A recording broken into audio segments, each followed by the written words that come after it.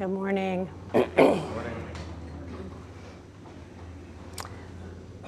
Hello, Mahasangha. For those of you who don't know, today is a one-day sitting here at the temple. And the one-day sitting is part of a month-long intensive called Finding True Refuge. And we're in our opening week of the intensive. And I want to say a little bit about the theme that we have been exploring, and then to share some stories that I hope will help illuminate this topic or topics.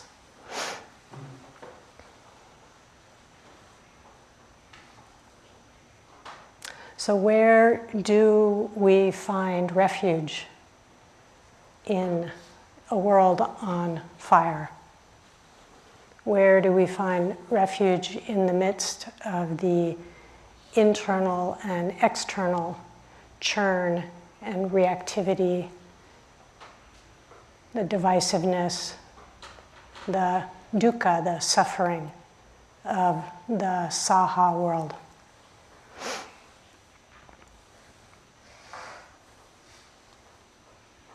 The word refuge comes from the Latin, which means refuge. Refuge is literally to fly back. That word, the part of the word re, means again. And it points us almost right out the gate toward the direction that we turn, the direction that we look for refuge. Refuge is not about going somewhere, finding a safe place to shelter. Refuge is about returning, remembering, resourcing, reorienting. I've been talking about refuge as reorientation.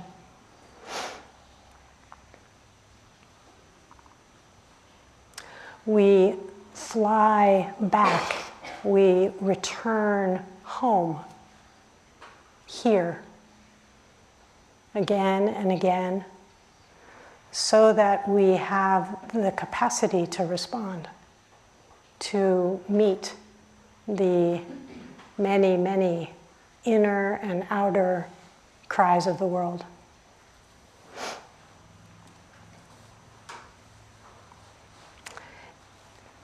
In the traditional teaching, we say that we take refuge in what's called the triple treasure, or the three jewels.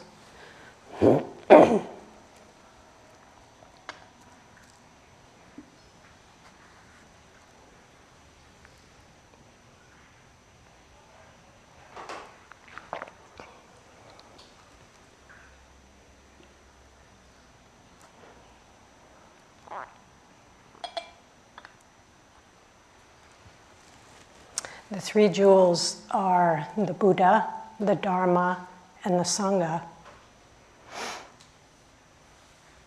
And part of taking refuge, part of the reorienting that I've been speaking about of refuge, is that refuge is not so much of a withdrawal, of a pulling back, of a kind of tucking oneself away from the difficulty, but it is a wholehearted dedication, devotion, engagement with these three treasures, with the Buddha as a possibility of awakening that lives in each of us as our innate Buddha nature. We take refuge in the Dharma. Dharma, in its simplest form, means truth. In this world, it's a radical premise. We could take refuge in the truth. In a world rife with information, misinformation, disinformation, a kind of flood of input that we are on the receiving end of all the time. The kind of truth that the Dharma is pointing to is not the truth of our ideas and our beliefs and our convictions, our opinions, our points of view. This is the living truth. The living truth that we discover in our direct experience as we drop down out of the world of the ever-churning mind and we come into the body. We discover the capacity to meet what's here, always and already available. This truth is both inside and outside, and it is everywhere. So we take refuge in this understanding that the truth, that being willing to be with things as they are, or as Suzuki Roshi used to say, things as it is. Our willingness to be with things as it is. This is the doorway to freedom. And we take refuge in the Sangha. The Sangha is all of us, this Maha Sangha. Those of us devoted to the Buddha and the Dharma. And the Sangha in its essence is the truth of our deep and inextricable connection, our interconnectedness, the truth that we are part of a singular web of being, that web, the threads of that web are made of love. And that what we see and feel and what may pain us so much all around us is the feeling of those threads being torn, those threads being shredded. And so refuge is about how is it that we find a way to weave the pieces back together again, to rediscover a sense of wholeness, connection, community, love.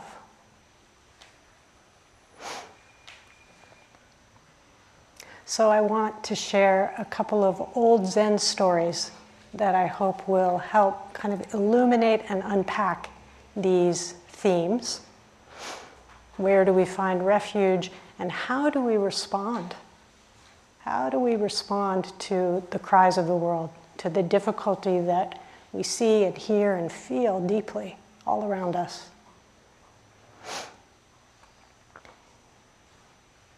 Both of these stories are what are called koans. Any of you familiar with koans? The word koan actually means a public case. So it's a recording of a dialogue. And in each of these dialogues, the conversation that unfolds is pointing us toward an aspect of the truth, an aspect of things as they are, that is meant to help us navigate, find our way. I love that these descriptions, these koans and stories, describe moments of insight, of awakening, of understanding that don't come with us, sitting alone in a cave somewhere. They come in relationship. They come in dialogue. They come as we engage together. So the first case is case 4 of the Book of Serenity. I think the title of the book is good enough to give us a lot of orientation. Case 4 of the Book of Serenity is called The World Honored One Points.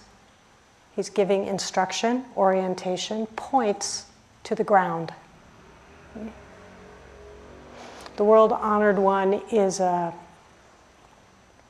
name for the Buddha. And this pointing instruction that he's giving is both instruction for where to find refuge, and also for those of you who are sitting today, or who ever decide to sit for a day or longer. There is in this story also quite a bit of sage advice, potent wisdom for practicing meditation, for doing zazen. And actually it's true whether you're doing zazen in a day long sitting on a cushion and walking, or whether you are practicing zazen as you move through your daily life. So here's the case. It says, the world honored one was walking with the congregation. And he stopped and pointed to the ground and said, this is a good place to build a sanctuary. A sanctuary is a sacred place, a place of refuge. And where do we find that place? Where do we build the sanctuary? Well, first we stop. We interrupt the forward momentum of our often so busy mind, right? The mind that's constantly chasing after with all of its activity and to-do and complaint and ideas. The mind that is pushing away, not liking, judging, assessing. We stop. When we come on retreat, and this is especially for those of you who are newer to sitting for a day, it's often the case that when we are moving through our daily life and we stop, that it's a little uncomfortable, you know? There's all that forward momentum, and there's also all of the stuff, all of what has been untended, undigested, unmetabolized. And when we stop, it says, hello. I sometimes think of it like if you were driving a car really fast and you suddenly stop, the car will have a little shimmy. So this is words of kindness for those who are sitting for the day. If you are noticing that when you sit down, it's not automatically super quiet and peaceful, it's okay. You're right on track. You may feel some shimmy in your mind, in your heart, in your body. And our practice is to be with that, to acknowledge it, to recognize it. But please don't imagine that it means you're doing something wrong. Don't imagine that it means you are messing up somehow. So we stop and maybe feel the reverb that's here. And if you don't feel reverb and it's just really super peaceful and quiet, please enjoy. So we stop, and then where do we go? We don't go up into the mind of all of our ideas and beliefs and opinions and so on. No, we drop down. This is where the Buddha is pointing. He's pointing to the ground. We touch the earth. This is where the Buddha found refuge. In the mythic story of the Buddha, as he's approaching his awakening, he's besieged by the armies of Mara, that we might think of in our modern way as the judging mind, the arrows of Mara. We talked about how we can impale ourselves with arrows of self-criticism and judgment. And when Mara challenges the Buddha and says, "Who do you think you are?" imagining that you might find refuge, that you might find peace, that you might find a slice of freedom, the Buddha reaches down and touches the earth. This is the direction of our practice. It's not a practice in which we are here to lift up and out, to transcend, to get away from. It's a humbling practice. The earth, humus, right? We come down. We allow ourselves to be fully human right here, right where we are, just as we are. We meet whatever it is that's arising.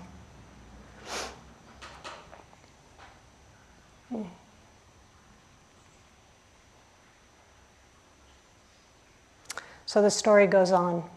The world-honored one is walking with the congregation.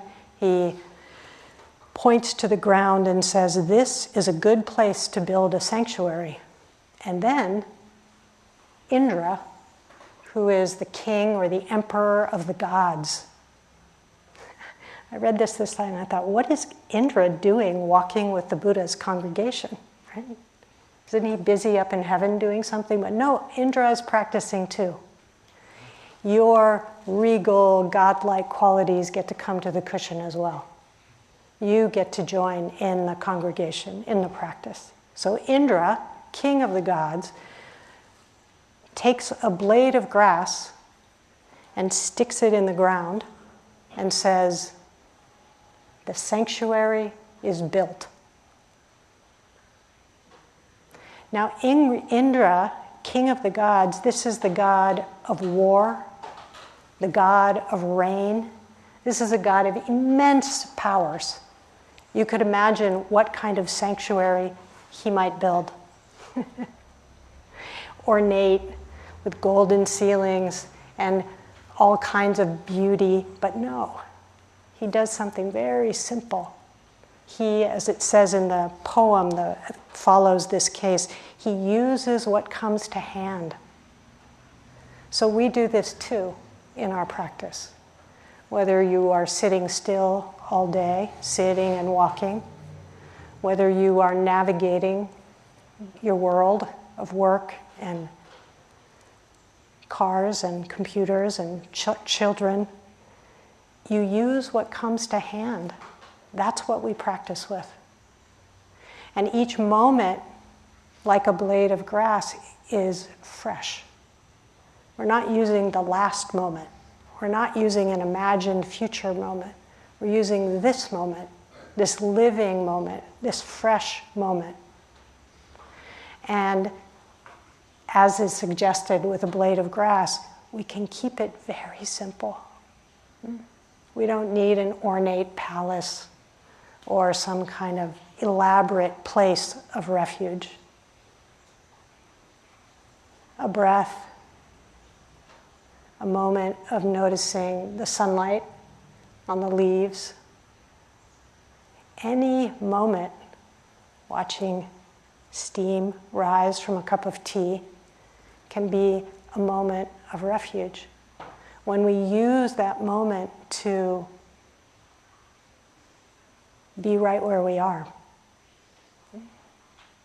to keep it simple.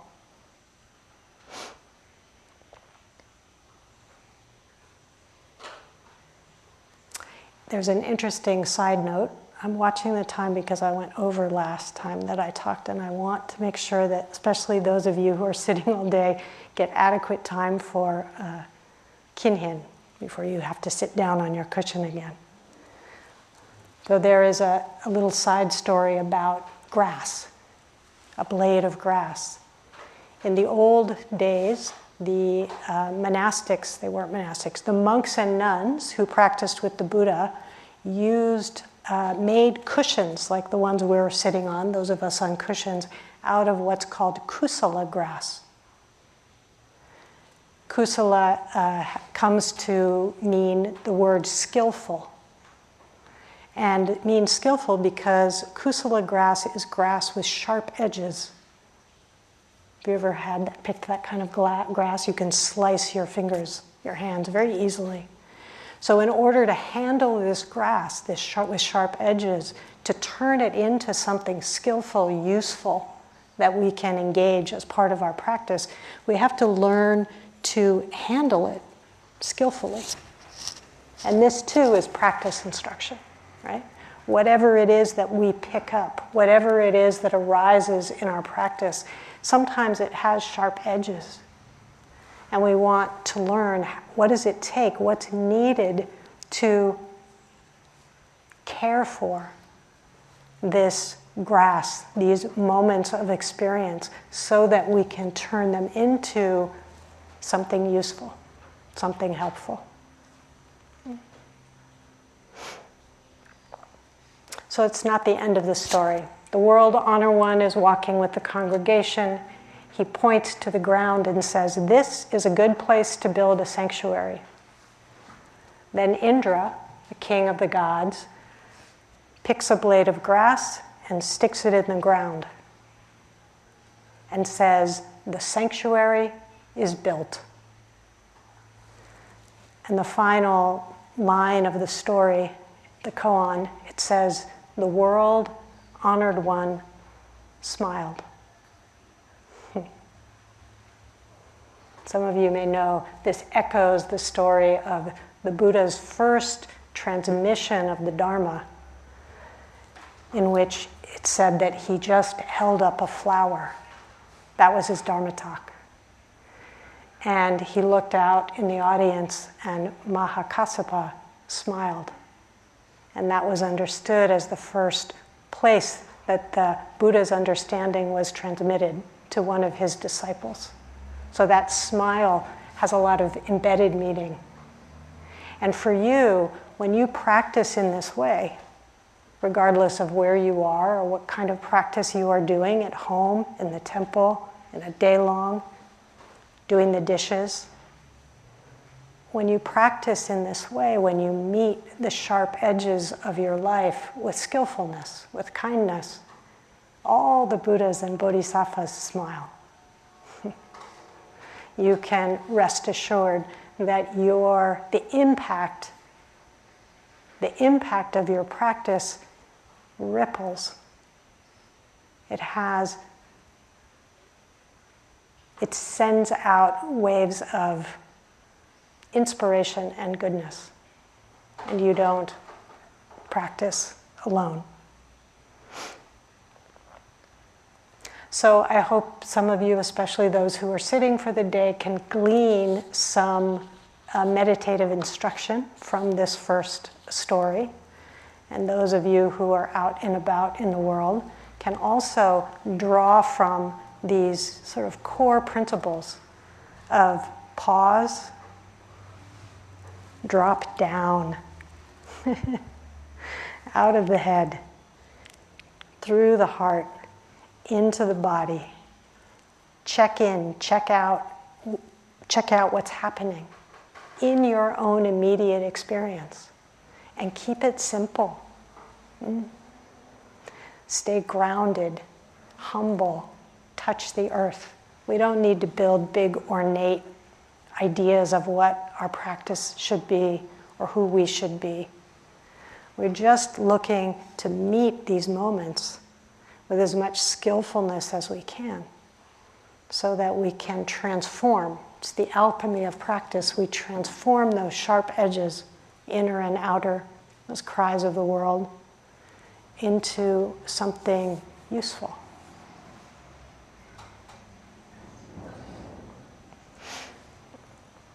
Another story that goes hand in hand with this one, in ways I hope you'll see. One part of the theme that we've been exploring is finding true refuge.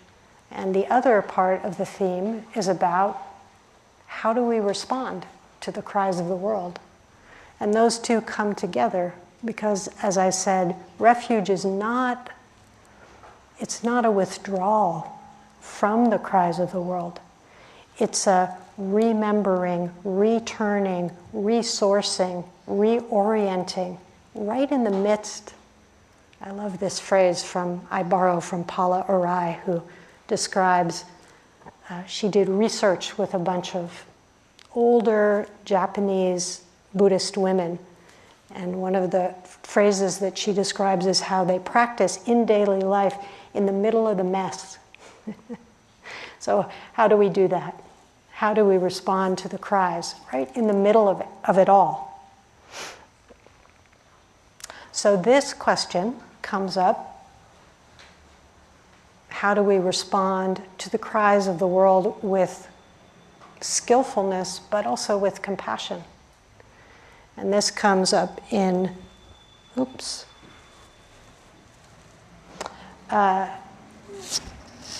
case 54 of the Book of Serenity. It's Yunyen's great compassion. This case is also found in the Book of Record. It's also in several fascicles that Dogen talks about. So it's really an important piece. And it's a dialogue between two Dharma siblings, Yunyen and Daowu. They are Dharma brothers. That means they have the same teacher. They share a teacher. And in this story, Yunyen is the younger, the junior brother, and Daowu is the older. And Yunyen is a very important figure in this lineage. He is the teacher of Ungan Doyo Daosho, whose name we chant when we chant the lineage. And his name in Japanese is Ungan Doyo Daosho, and he is the teacher of Tozan Ryokai Daosho. And Tozan, the toe of Tozan, is the toe that is in Soto, as in Soto Zen. So he's a key figure in this particular school of teaching.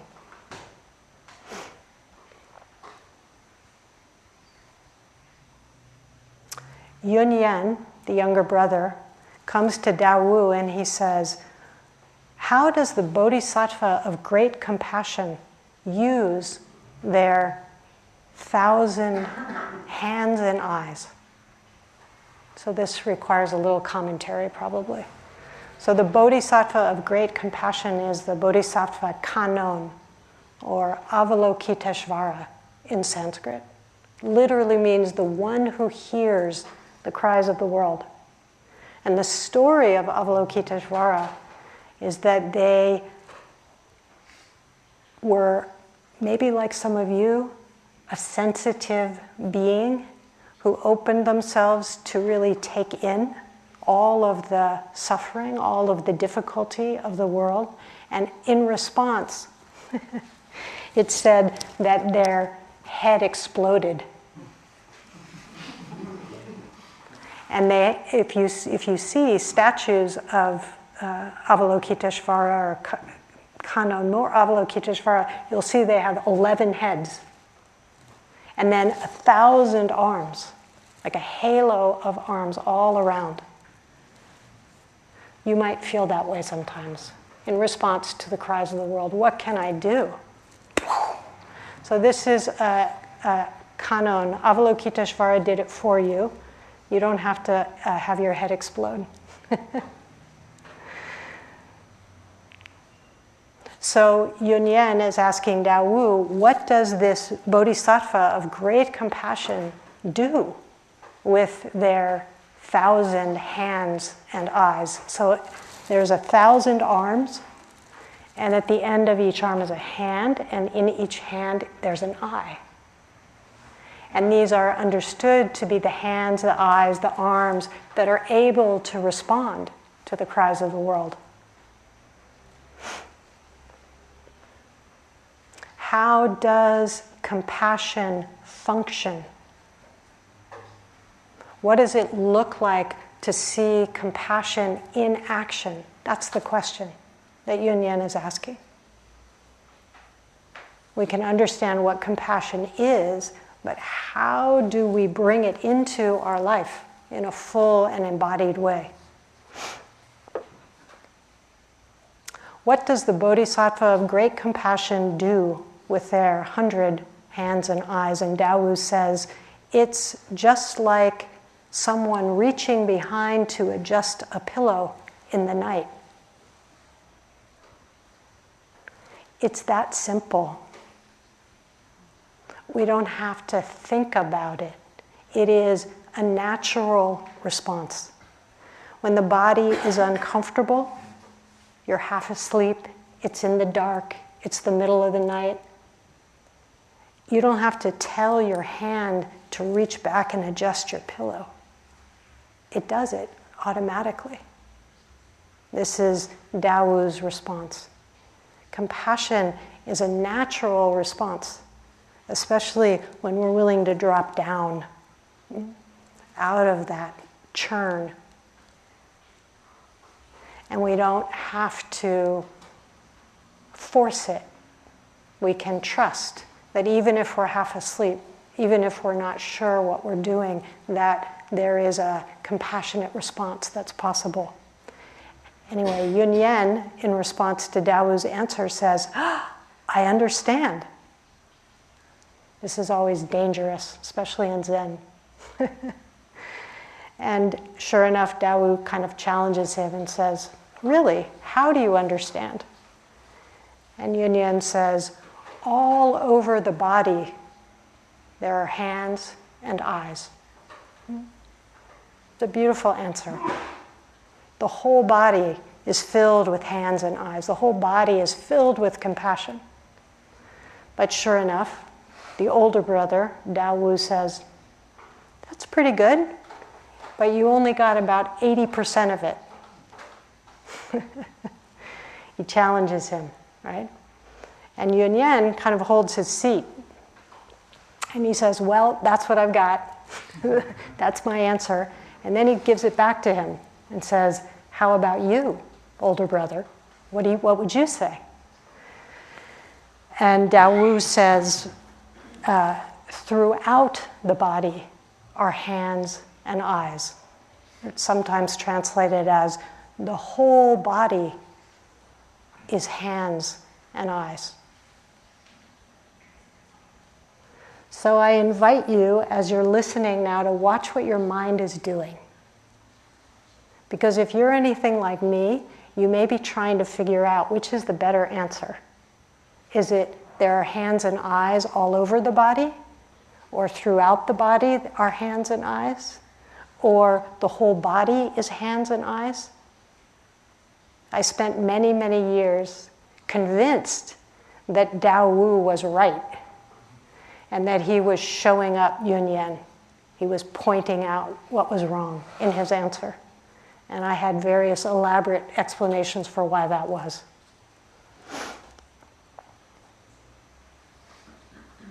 But over time, I've come to see that this dialogue itself is compassion in action. This is how it happens. We engage with one another, we challenge one another, we share our different perspectives back and forth. This can also be read in a slightly playful way. And while on one hand we respect that there is older and younger, senior and junior, we also recognize that every voice is important. It also is helpful to remember that 80% is pretty good, right? And maybe the better way to say it is, there's no way to get to 100% by yourself. We need each other to get to it. We need this engagement. We need this willingness to listen, to respond, to be attentive, to care, to allow each person their unique expression. And that's how we express compassion. That's how we use our thousands of hands and eyes.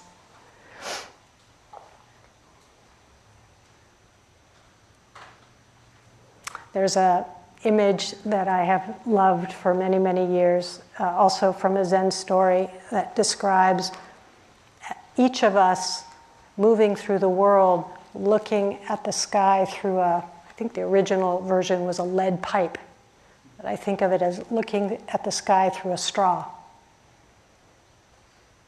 Is that the sky we see? It is. Is it the whole sky? It's not. This was the impetus for the title of my book, which is called A Bigger Sky.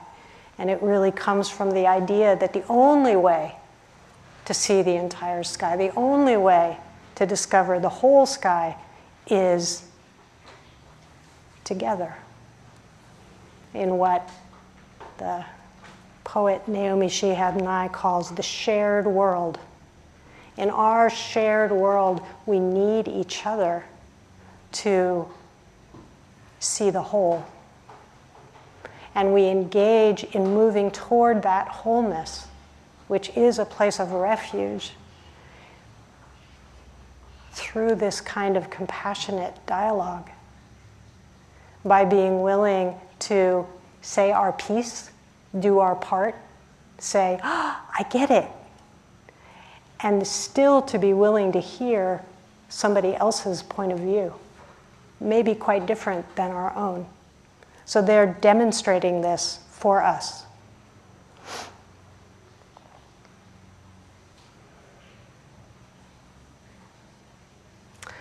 It's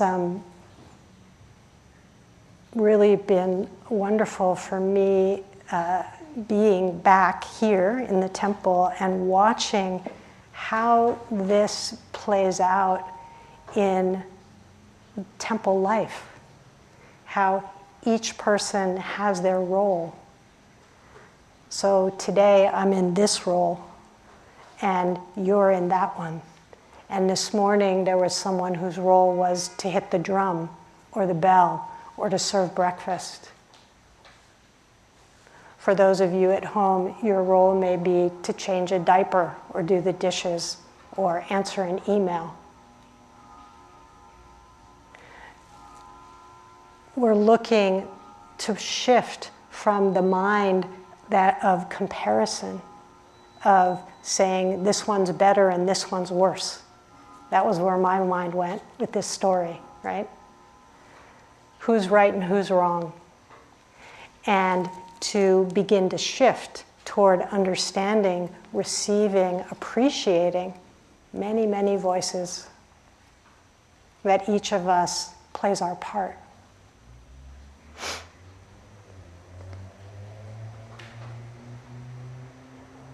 So I will leave you this morning with these two koans. For those of you who are sitting, you can chew on them, as it were, in your sitting practice. And for those of you who are moving about in the world, you too can consider, what does it mean? Not what does it mean, where? Where do we find true refuge? And to use this instruction from the Buddha to look down, to feel your feet, to invite yourself to even temporarily pause that perpetual forward momentum and land right here. And to keep it simple. You may have mighty powers like Indra the god. You may have a mind that's full of all kinds of elaboration and complexity and complaint. But in any moment, you can find refuge by finding your feet, by picking up what comes to hand, whatever it is that is arising. Some of it will be lovely, some of it will have very sharp edges. And knowing that finding refuge is not about a withdrawal from, it's about a wholehearted engagement in. And that wholehearted engagement is how we respond to the cries of the world. Because you know, those 1,000 hands and eyes, I don't have them. We have them. And if I know that we're all engaged in that way, then, for this little stretch of time, I can wholeheartedly play my part and invite each of you to wholeheartedly play your part.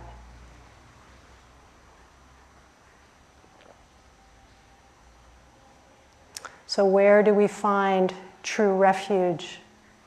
And how do we respond to the cries of the world?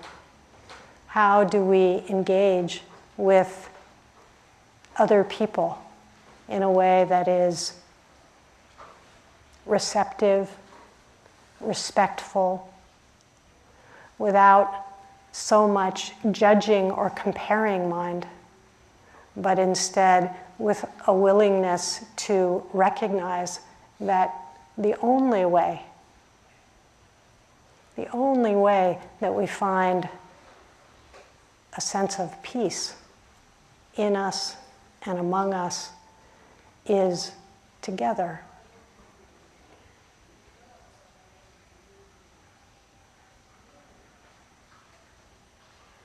So, thank you very much for your kind attention.